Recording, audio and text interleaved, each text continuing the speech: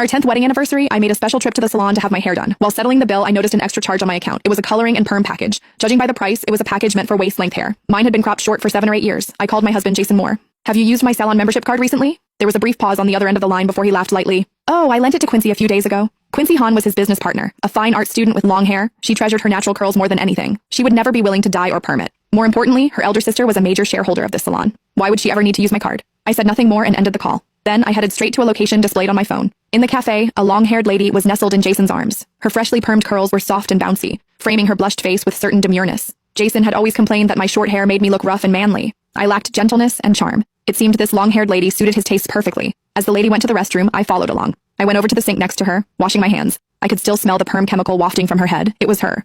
Our eyes met through the mirror. I could see the fluster in her eyes, and she subconsciously washed her hands more quickly.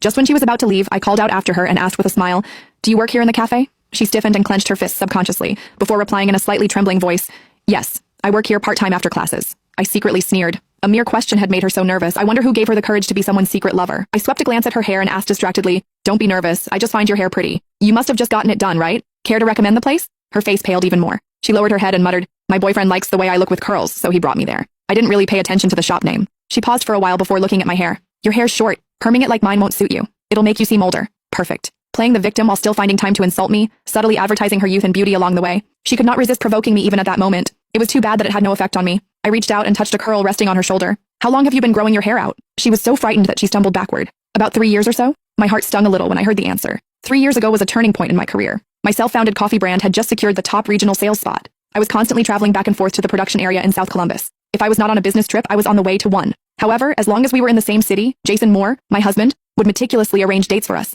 making me feel touched yet guilty. I asked him once if he would blame me for putting my career first. He replied with a smile, "Just go ahead creating history. I have your back." I knew juggling a career and family was not at all easy. I had always felt guilty about it. However, at that moment, I finally understood that all the guilt I had was just a joke. He was never sacrificing himself. I composed myself and massaged my temples, trying to hide the emotions in my eyes. I accidentally noticed the necklace around her neck. I snickered and said with amazement, "Your necklace is gorgeous. It's one of Ian Christie's works, right? Must be expensive." The necklace was way too familiar to me. It was a coming-of-age gift from my mother, a masterpiece from the independent jeweler, Ian Christie. It was also a gift for me when I won the barista championship. It went missing when we moved, and I was sad about it for a very long time. Jason consoled me by saying that the necklace no longer suited my style and that I should just let it go. I was so mad at him for not understanding how important the necklace was to me. As I thought back about it, it truly was comical. It was just his tactic to steal from me, then pretend to comfort me. Philippa Sanders subconsciously touched the necklace. Her eyes looked shifty and her lips quivered, yet she could not find a single word. Just at that moment, someone called her name. Relieved that rescue came just in time, she muttered a goodbye and quickly left. Seeing her fleeing the scene in a panic, I smirked. I distractedly dried my hands before I left the restroom. Then I called my brother, Daniel Kidman.